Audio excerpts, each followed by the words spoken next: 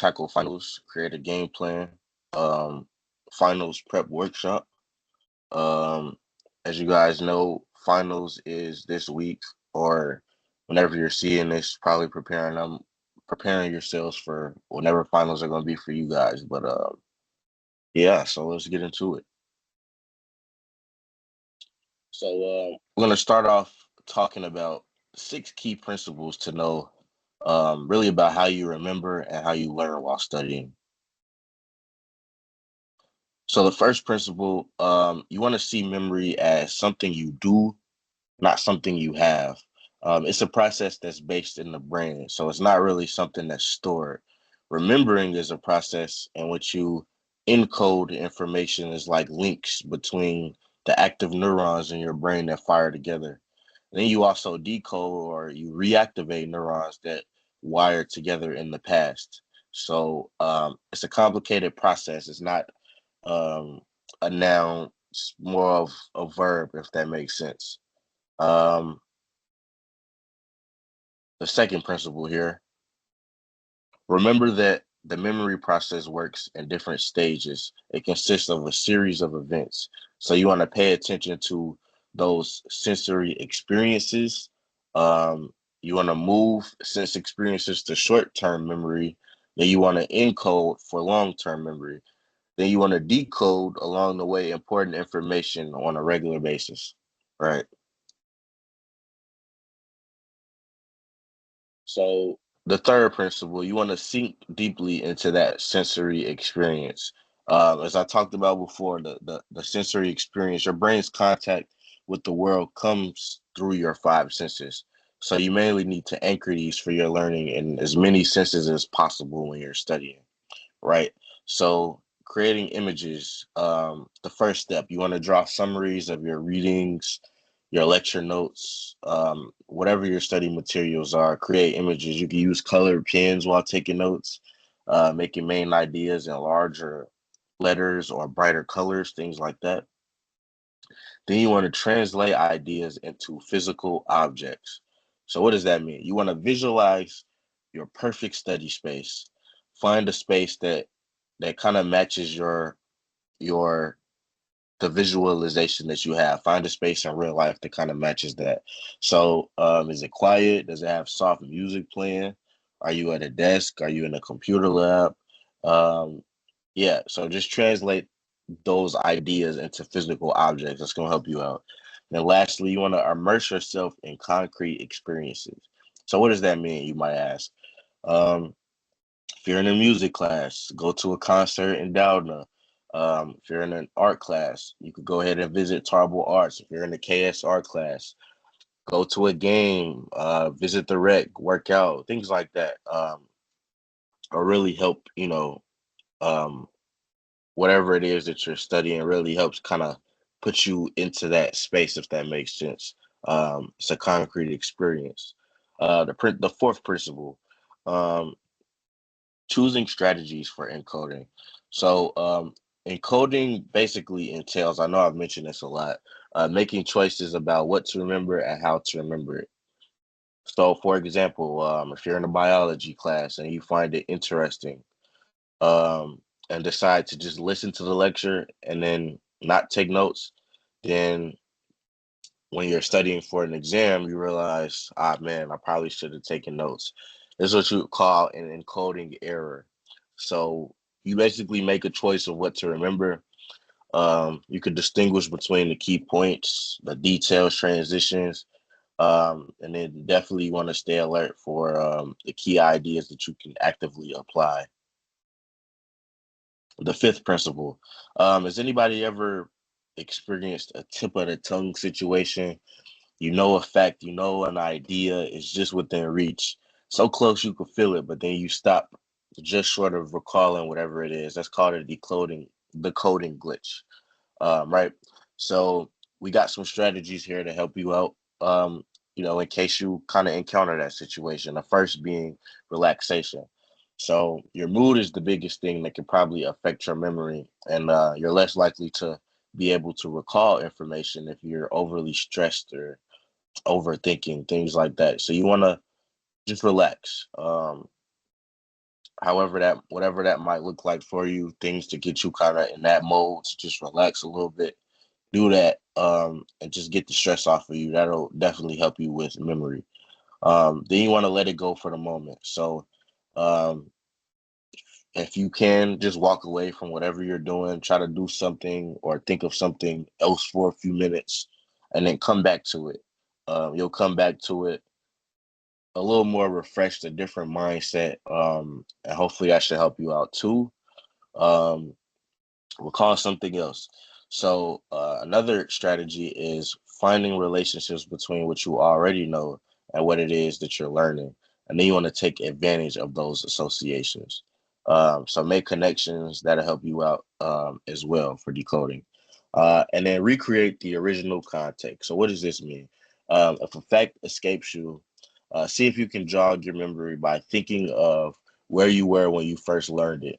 Um, Encoding takes place at specific times and places, and using this technique can help you recall facts. So, just like we were talking about, immersing yourself in those concrete experiences, that just kind of goes to show you that those experiences, that environment is very key to recollection and memory. Um, so yeah, the sixth principle. You want to take care of your brain. The memory again is a brain-based process, so you got to take care of that brain when you're studying. If you adopt good habits now, they'll help you make your brain healthy and fit throughout your journey towards your degree and the rest of your life, basically.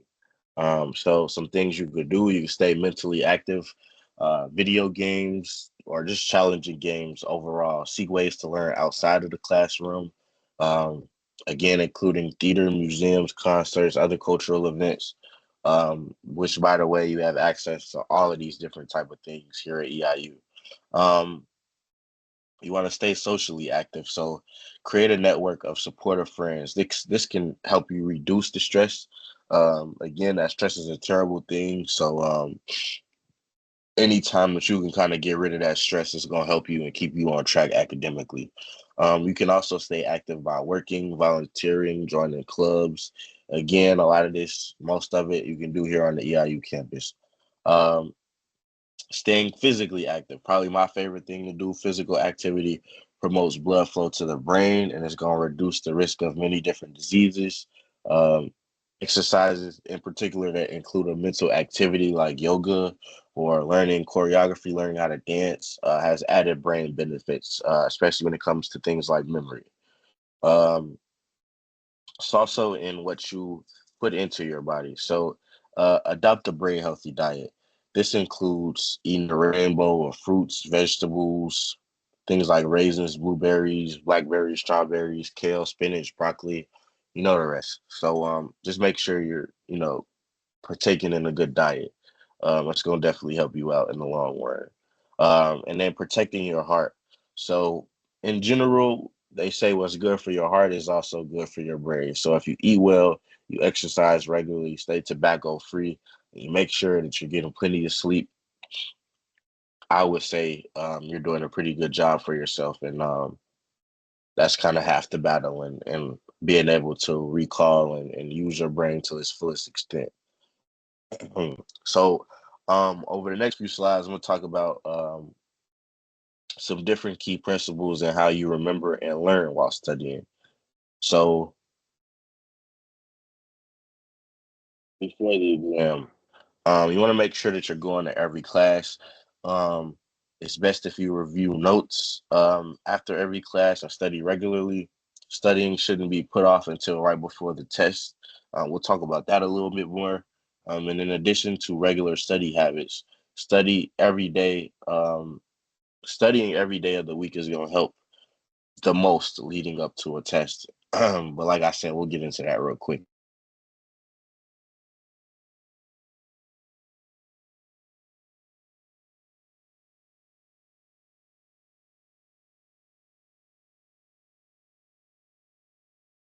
Before a test, you want to start by making a checklist of exactly what it is that you need to study, what it is that you need to practice. And also just remember that your checklist is going to vary by course and by test. whatever class you're in, it could all could definitely look different. Um, some things you can add to your checklist are the date and the time of the test, the assigned readings and book chapters, the lecture notes, type of problems and questions you might anticipate, and the major ideas, definitions, theories, formulas, things like that, or equations that might be covered. You need to find or create practice materials. These can include things from practice tests, either created by yourself or given to you by your instructors, those study guides. If you have a comprehensive exam, copies of old tests and quizzes will also definitely be pretty helpful. You can create mind maps by summarizing the materials that you have. You can start by doing this without looking at your notes to see what you already know or remember. Then you can go back and fill in the rest using your notes and your textbook. You can also create flashcards using index cards. So these are portable and a easier way to study if you have a spare minute or two. And then you can also use different online options like Quizlet, Study Blue, Flashcard Machine. All of these are great.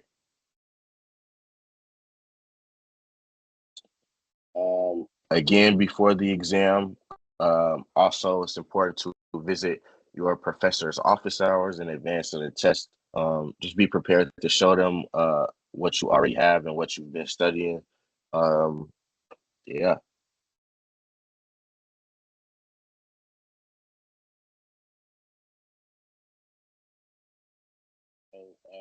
Next, you'll need to schedule your study and your practice sessions. Many studies support the power of distributed learning. This means spreading it out, like I was talking about before. Uh,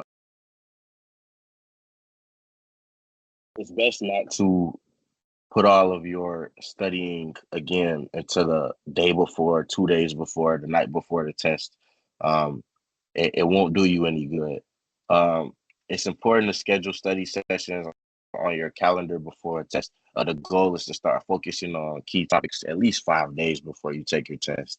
You should scan your lecture notes and recite key points with details daily. After doing this, assess what you already know and see what you need to devote more attention to. Study each of your courses weekly. And then when you're doing this, you can look over summary sheets that you've already made, write answers to the review questions in your textbook. You can also solve problems in the text. You can recite points in your notes that you might want to remember, and then, rewriting your notes for greater clarity. Um, then finally, the major practice sessions are helpful the week before finals and other crucial exams.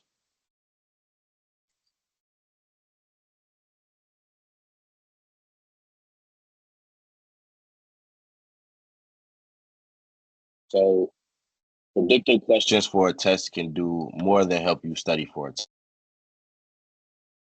It can also help you focus on the purpose of the course. To help predict test questions, there are several things you can do. You can ask the instructor about the nature of the test eliminate as much guessing as possible, just so you go into it as prepared as you possibly can be. Um, here are some questions that you can ask. Um, What course material will the test cover? Readings, lectures, labs, will it be a combination? Will the test be cumulative or will it be the most recent stuff that's studied? Uh, will the test focus on facts and details or major themes and relationships? Um, the whole idea is by putting yourself in your professor's shoes, you get to ask yourself, if I were teaching the course, what questions would I put on the exam? So look for cues to possible test questions in your notes and readings. Um, some clues can be in chapter overviews, summaries, headings, and keywords and review questions. Another place to look for clues is during a lecture. Instructors may give clues by repeating important points several times. At first, there's always going to be this will be on the test. Important to look for in your classes and stuff as well.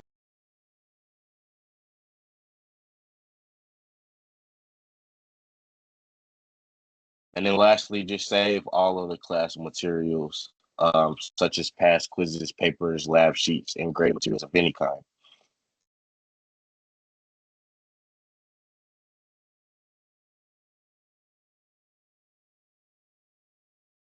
So the 7 day study plan.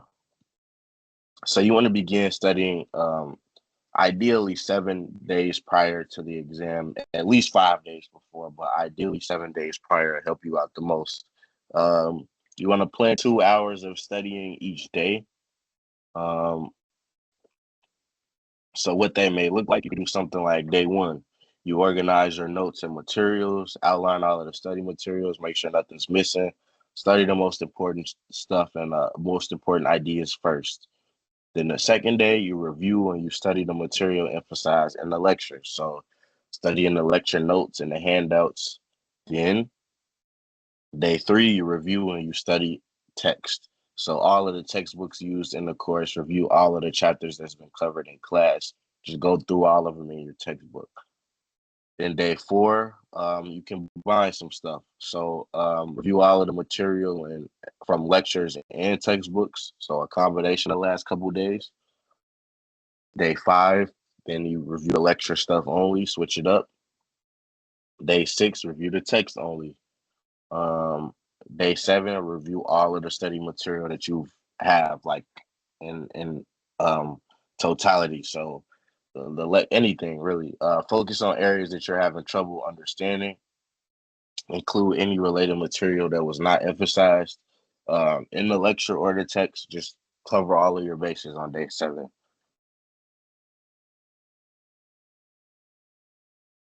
Then for exam day, you want to make sure you get at least 6 hours of sleep the night before. Um, don't take the test on a full stomach. Make sure you eat some type of breakfast. Don't overeat though. And then lastly, just make sure you think positively. Um, so next we'll be talking about some different principles, um, not principles, but more so strategies that you can kind of partake in during the actual test. So multiple choice questions. These are, of course, the ones that give you multiple options, and you have to pick from the following options. Um, you want to answer each question in your head first. Read all of the possible answers. Make sure you test each of the possible answers, and then eliminate the incorrect answers. Um, Pretty self-explanatory. Probably one of the most common types of test questions.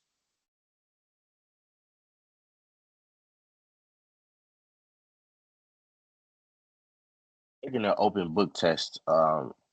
You want to make sure that you're organized by gathering all of the notes, the readings, anything that you might need for the test way beforehand. Um, Write down formulas, bookmark different areas where stuff is going to be at so you can easily find it. Mark answers to questions that you predicted before the test. If you're doing an open book, all that could be included. For those short answer test questions, the fill in the blank ones, concentrate on those keywords and those facts. Um, in this instance, overlearning material, it can really pay off for you because you'll really know a subject thoroughly, and then you'll be able to answer these questions pretty quickly, I say so. Um, then the true or false ones, another common one. Make sure you read the entire questions, look for important qualifiers, look at the details, and then make sure you watch for negatives. Negatives are the words like not and cannot, especially for sentences with like two native words. Um, Qualifiers, on the other hand, are words like all, most, sometimes, rarely. Uh, Qualifiers such as always and never usually will indicate a false statement, but just make sure you double check. Um, then there's matching test questions. Make sure you read everything in each of the columns. Look for any of the items with similar wording as they're probably connected for a reason. Make sure you match similar grammar. For example, match verbs with verbs and nouns with nouns, if that makes sense. And then cross out items. So When you've used them already, make sure you don't use them a second time. Make sure you mark off that you've used them, if that makes sense. Essay questions. So for essay questions, managing your time is going to be the most crucial for this. You want to take note of how many you might have for the test and then plan accordingly. Um, we'll make sure you know what exactly the essay question is asking. And then you make an outline and you get to the point, and then make sure you write legibly. Words to watch for in essay questions, all listed here. Um,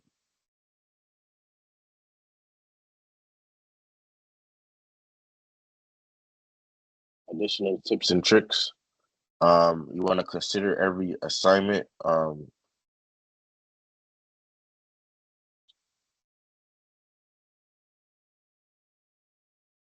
there we go. Sorry about that.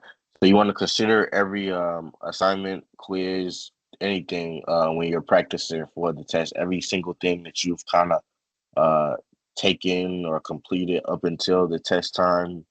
Use all of those in preparation for the exam. Um, Prepare emotionally and physically again for the day of the exam. Kind of how we mentioned before, just getting your mind and body right. Utilizing your learning style, um, whatever that looks like for you, whatever the best way it is that you learn, make sure that that translates and you're able to recall information again when you're taking the test. Manage your time wisely, answer questions in a strategic way, and then answer questions thoroughly. And then, of course, double check your work when you're all done with things. Um, Prepare your materials for the exam. Turn off your phone. Make sure you got the right pencils, pens, scratch paper, whatever that's needed for the exam. Make sure you have it going into it. So yeah, really like a complete guide on how to tackle finals. I think we've created a pretty nice game plan here. Hopefully, should come out with the win. So thank you for tuning in and good luck on those exams.